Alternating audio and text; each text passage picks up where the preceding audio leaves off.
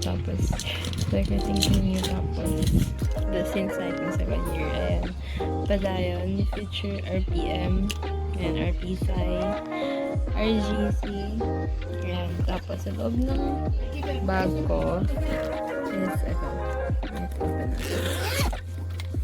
tada! Akala nyo madami na, pero super anti lang. So, ito siya guys.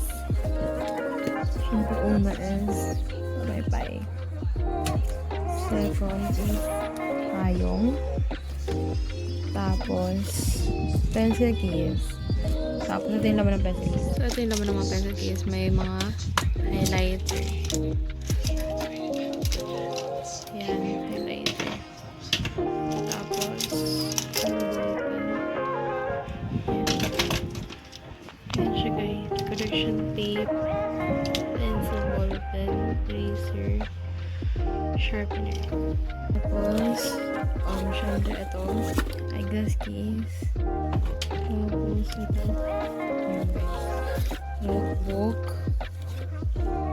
for reminders, tapos fillers. Okay. Fillers yan. Tapos, alcohol. And then, wipes.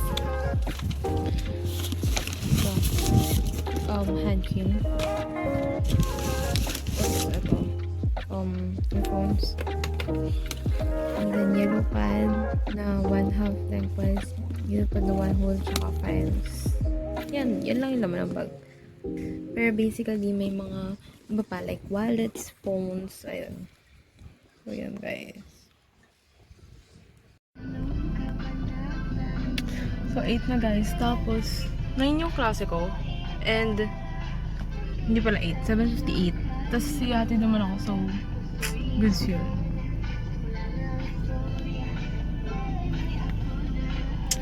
Ito yung OOTD ko. OOTD! Pero, ID, white na t-shirt, tsaka, black pants. Tapos, bag. And, yun lang. So, bye-bye muna.